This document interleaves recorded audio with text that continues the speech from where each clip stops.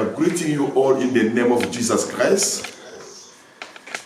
We praise the one who is really the living God, who is making us really to be again in touch with you even through this media. We thank God to be alive. Every day, if you can see what is happening in the world, you have a reason to say to God, God, thank you for me, keeping me alive. That is the reason today morning is a time for us to come and say, God, thank you for what you've done over my life. Yes, my brother, I would like really to greet you again once in the name of Jesus Christ and to say that you have not really missed the appointment. This is the right place you were supposed to be today for you to listen what God has prepared for you and me. Of course, today we are closing a session of training we had with all the leaders for the whole week. Since Monday, we had a break on Friday, and today we are closing it. God has got a purpose for your life and for my life. And the theme of our meeting was the leadership for making disciples. God has appointed you as a leader for you to make disciples. That is what we like really to remind and to let you understand why God is still keeping you alive today. Because there is a purpose. Because there is a purpose. Let me just bring you down on what we learned and to give a summary and to come to the conclusion for today. As you know, the vision of our church is to let everyone get eternal life. That is even the name of our church, Eternal Life Christian Fellowship. We like everyone to understand the will of God for eternal life. You know, the Bible says, be ready to explain to anyone asking you, why are you hoping? Why are you praying? Why are you believing? If that question can be asked to you today, why are you here in this morning? I came this morning to praise God because He gave me eternal life. But sometimes eternal life doesn't sound anything for you because you don't know the scripture.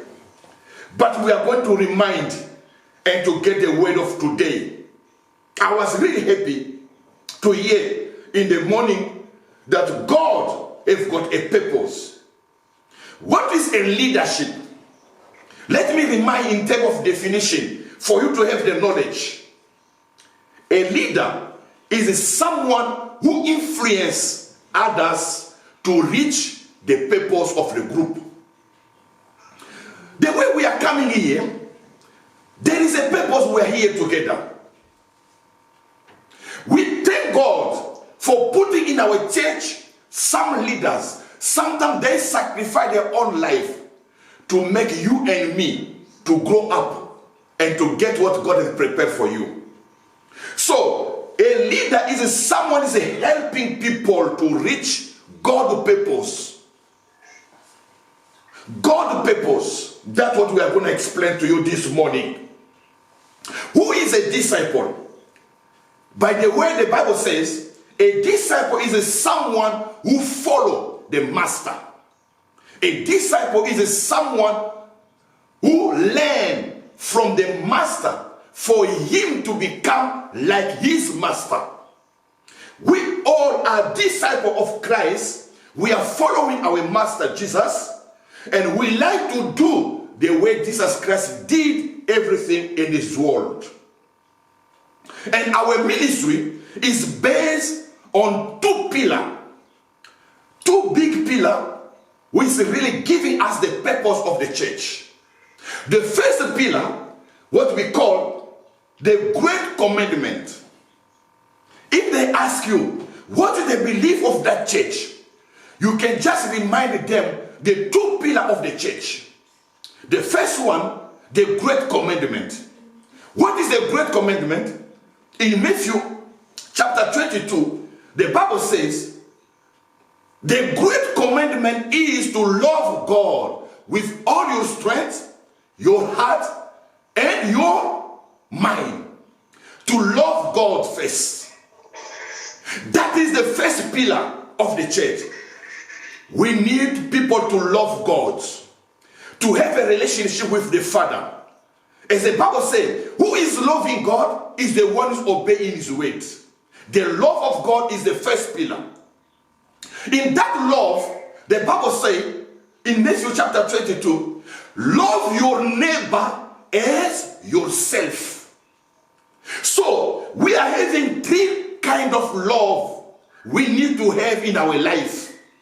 All the members attending, fellowshipping with us must understand the three types of love God is expecting us to have.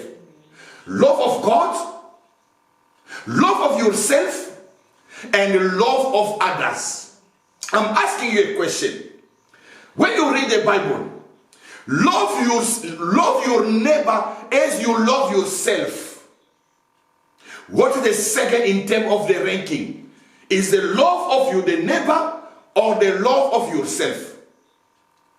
You will understand with me that first of all, love God. Secondly, love yourself. You can't love your neighbor if you don't know how to love yourself. Do you accept the way you are? If you can see, you can say, God is unjust. Why did he create me very short? Why did he create me very tall? Why I'm very fat? You don't love yourself. And the Bible said to you, God loves you so much. He made you to be a nice creature. In the sight of God, you are a wonderful person. You must love first yourself before to love others. The love of yourself will be really modeled, will be oriented, will be guided by the word of God. Many people don't love themselves. I'm insisting in that way because if you don't love yourself, you can't love your neighbor. The first pillar of the church, the love of God, the love of others, and the love of yourself. The second pillar, that's what we call the Great Commandment. What I'm saying, the Great Commission. In Matthew chapter 28, verse 18 to 20, giving us the second commandment, the second big commission. Go and make a disciple. So making disciple is our target. Giving us the stone, the column, the pillar to sustain this church. Everyone must become the disciple maker. That's the first two things you will like to understand. Today, I would like to show you that to make that will to happen, you need to become a leader. You need to become a leader. You are a leader as you are there. During the seminar, God has reminded us that to do the work of God, you must have passion. The passion of God in your heart is the love. Without love, you can't do anything for anyone, even for God himself. The second thing you need to know, the purpose. What is our purpose being a church? The purpose of the church is to make disciples. Go, reach people, testify Jesus Christ. Let them know Jesus Christ for them to believe and also to repent. Did you already accept Jesus Christ as the Lord in your life? Did you already repent? That is the key point, the starting point. We learn 5 steps of leadership. The first one is to be like Jesus Christ. Likeness of Jesus Christ. Any Christian must be like Jesus Christ. And the first verse we learned during the week, 1 John chapter 2, verse 6. Take note, you will read yourself. I'm just giving a summary of the scripture. 1 John chapter 2, verse 6. The Bible said, we need to walk as Jesus Christ did. We need to live as Jesus Christ. That the first quality of a leader, to see his behavior, character, to be aligned with the life of Jesus Christ. The second thing we learn is to do things as Jesus Christ did. In John chapter 14, verse 12. If you believe in me, you will do what I have been doing, and you will do more than what I did. So the second step for a leader, he needs to follow the example of Jesus Christ, how Jesus Christ did things in his ministry. One of the criteria, one of the things we need to follow Jesus Christ's example is what the Bible says, the way he taught people, the way he reached people.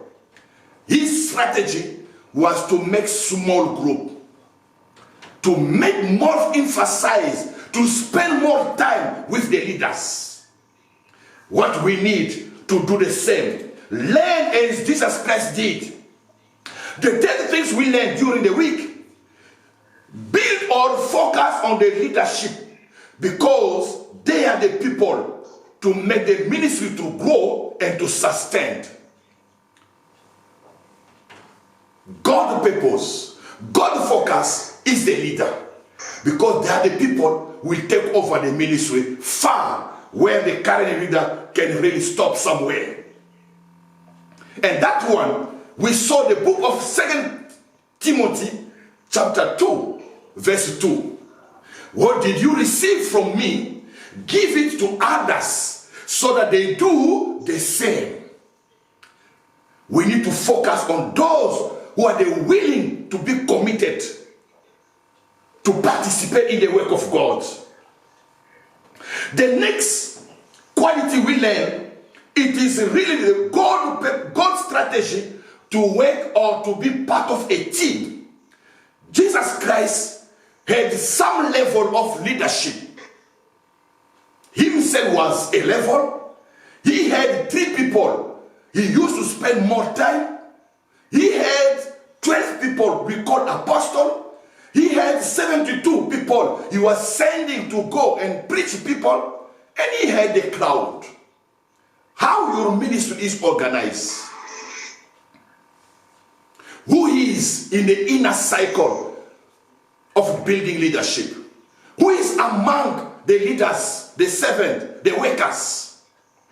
And you and me, we need to be part of those small groups. That's the way Jesus Christ did. If we can bring another model, that sometimes we fail. Having a church of 1,000 people is better. But how many disciples are there? Those who can do the same thing as the master, as the pastor, as the bishop is doing. Maybe you will see just a little number of people. That is not the purpose of God. And we continue. In the 5th quality, we say that the leader must be a facilitator. He must be a trainer.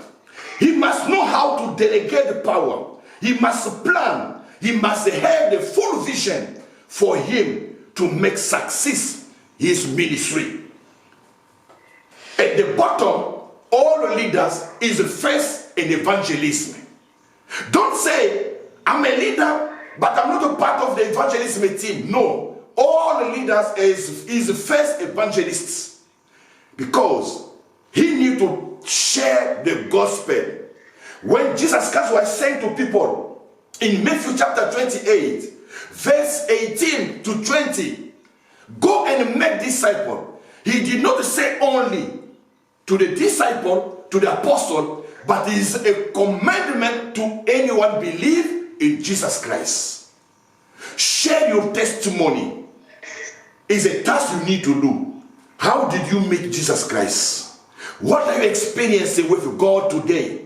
That is all we are asking as an evangelist, so that people can see what God did in your life, He can also make it the same way to others, to be encouraged and to come and follow Jesus Christ. Today, my conclusion will be now on the target of God. What is the God target? God target, which is really this explain God purpose. Because if you don't know why are you here, why you spending your time now in this place, you are missing your reason to be there. You are coming because they invite you, but let me explain to you why you should be in the church. The target of God for the church to be as a group, to be as a team, to be as an organization where people are gathering. Why not everyone to live at his place and continue living in his heart? The target of God in Colossians chapter 1, verse 20 to 29. 28 to 29, sorry. That one we are going to read. That's what I'm breaking you now for the message of today. The first one was just the reminder of the week. Today, message is the target of God for the church. The purpose of God for the church. Why should we organize as a church? Why should you come every month, every Sunday to a same place to gather with others? You must know it, so that when you are doing it, you know why are you doing it. Let us read Colossians chapter 1, verse 28 to 29. I will read. I'm just taking the simple English one. Colossians chapter 1, verse 28. So, we continue to tell people about Christ. We use all wisdom to counsel every person and teach every person. We are trying to bring everyone before God as a people who have grown to be spiritually mature in Christ.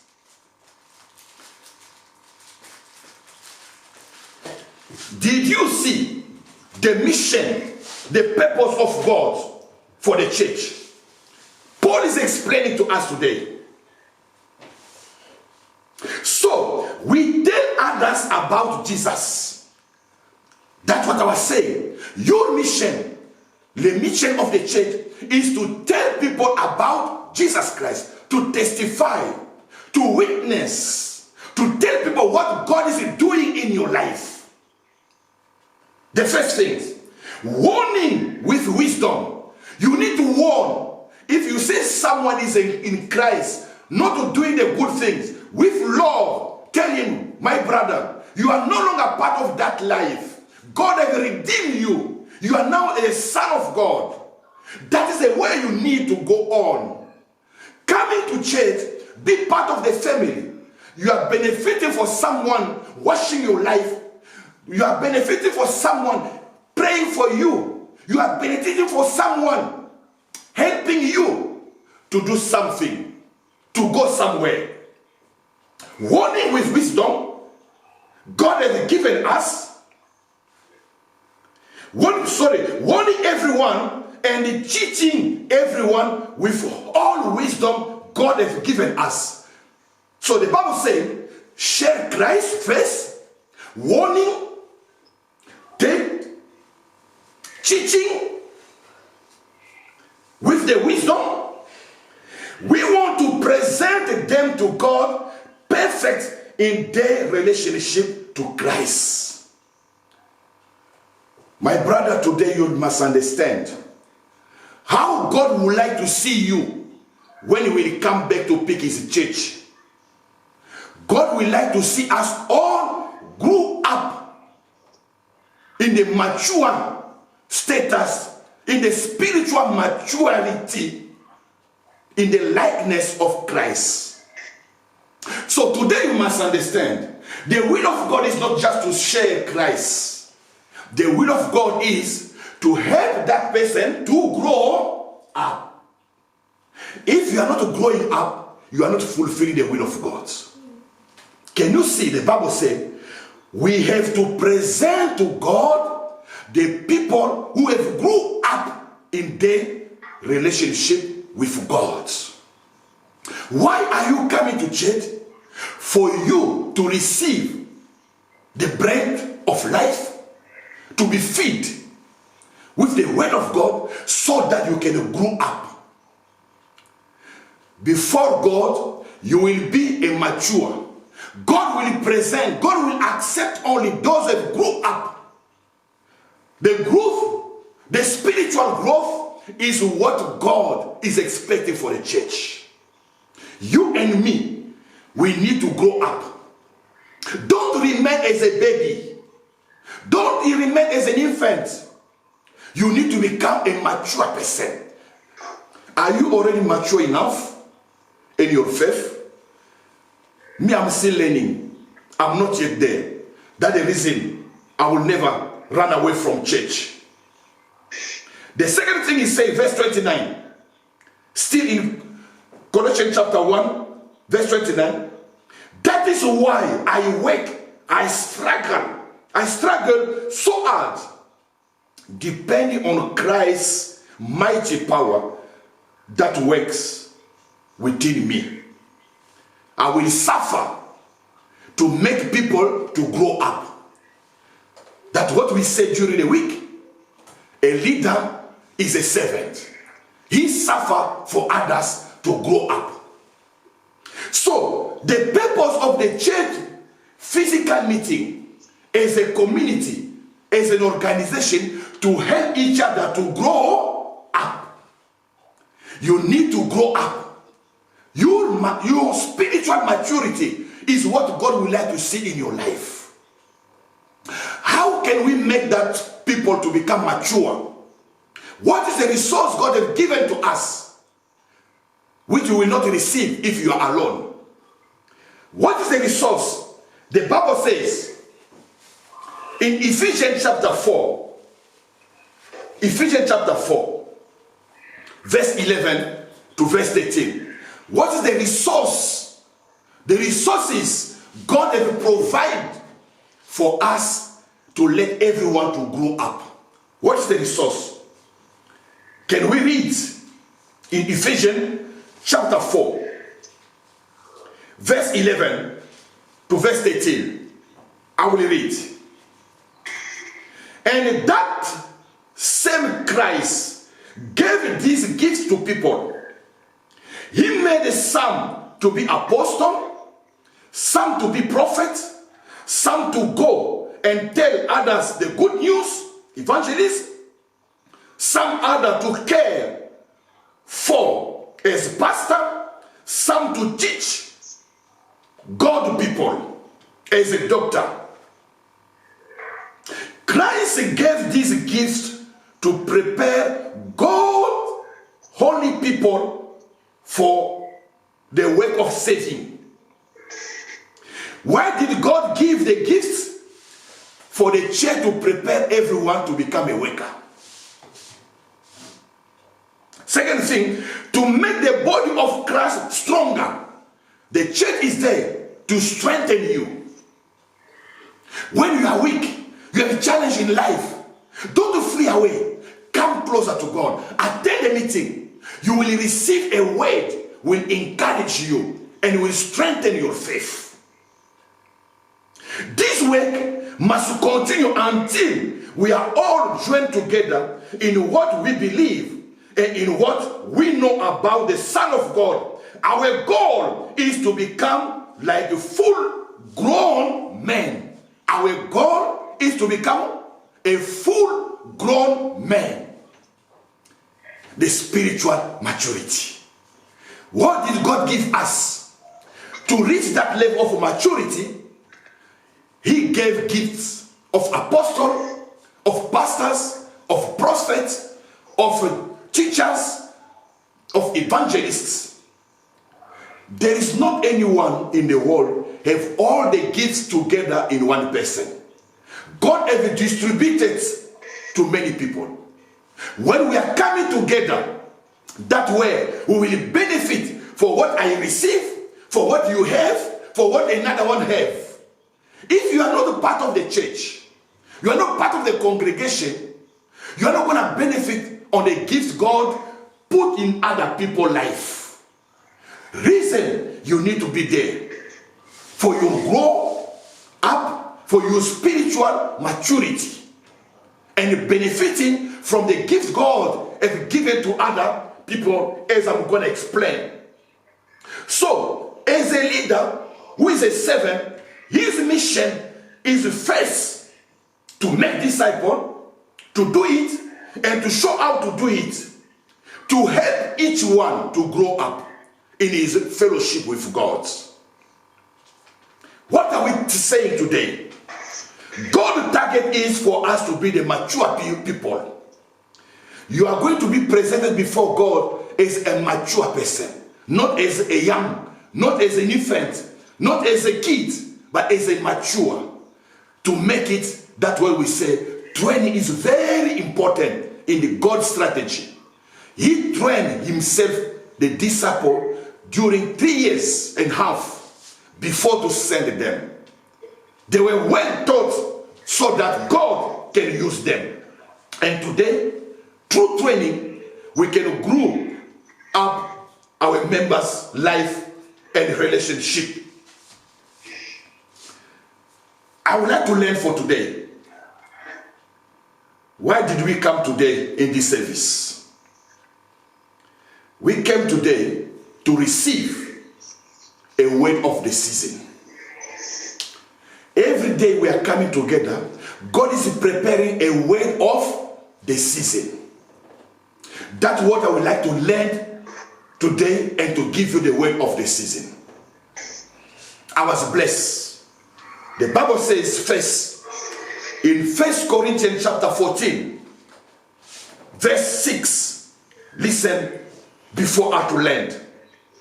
1 Corinthians 14, verse 6. Why should we go together to the service, to the church service, to the Sunday service, I would like to say. Verse 6 say, brother and sister, will it be helpful if I come to you speaking different languages? No. It will help you only if I bring you a new truth, a revelation. If I bring to you a knowledge, a prophecy, message coming from God, or a doctrine. If you consider this verse, that's what we need to receive when we are gathering as a church. The first one, when we are gathering as a church, God will send someone to speak a revelation. He can reveal you something you did not know for your life. Today, many churches are attending, people attending churches to go and listen to prophecy. Many people, if I can call you, come today, I will tell you about your life. You will see how many people will come. But you will be surprised here that when the people are gathering, it's not only for prophecy they are coming. Listen, the first thing they are coming to gather together to receive revelation. And the first revelation is to know Jesus Christ and to grow up. Jesus was saying, Father, I thank you because you have hidden those things to the whole people and you have revealed only to the kids. I thank you because that is your will. The will of God is for you to discover who Jesus Christ is and the secret of the kingdom of God. And God can reveal anything else. So when you are coming to service, say to God, reveal me something I don't know. The Bible says when people are gathering, someone will speak a word of revelation. Lord, may you speak a word of revelation for my life. Just go, 1 Corinthians chapter 14, verse 25. The Bible says, one day, someone came to the meeting. When he arrived in that meeting, he heard the preaching. And that preaching was like he was revealing his life. And he said, who Who told this pastor about my life?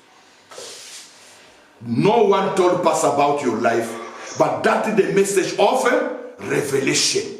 The Spirit of God touched him so that you will come and listen. If you did not come, you could miss that opportunity. We are coming for the revelation.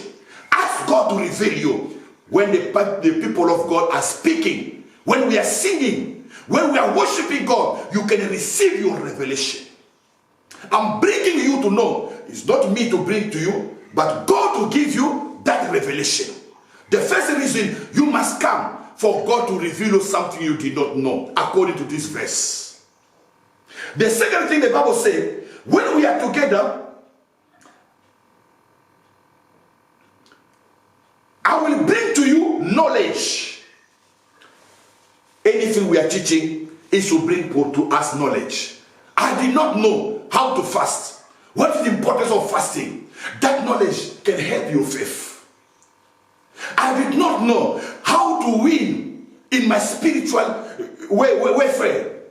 I would like to see how to praise God so that God to bless me. So the second thing you are coming to church is to get knowledge. When you are coming, say to God, God, teach me something new I did not know before. What will build my faith and to let me grow up. The third thing the Bible says, we are receiving when we are coming as a church to receive a prophecy. And the Bible says in Revelation chapter 19, I think verse 12 somewhere. I forgot the verse, but you can look yourself. The word of God is the spirit of prophecy. Don't go to look a prophecy outside. God already prophesies all about your life and is written in the book that we call the Bible. When you start reading yourself the Bible, you can read your prophecy. When a pastor starts preaching the Bible, you can hear the prophecy. Of course, God can use also a word of revelation, a word of knowledge, a word of wisdom about some particular aspect in your life. When you are coming to the service, you are preparing Sunday service, say to God, I would like to receive a prophecy about my life, about my faith. Give me a prophecy, as the Bible says. When we are gathering, is for receiving a prophecy. And the last one they say, either to be taught on the doctrine. The doctrine of Christ. Do you know that many churches have got different doctrine? Some are not believing that Jesus Christ is God. Others saying it's just a prophet God used, but he can't do anything. Just God. We were believing Jesus Christ was the Son of God. He is God because the Bible says everything was created by him. The Father had given him the power to do it.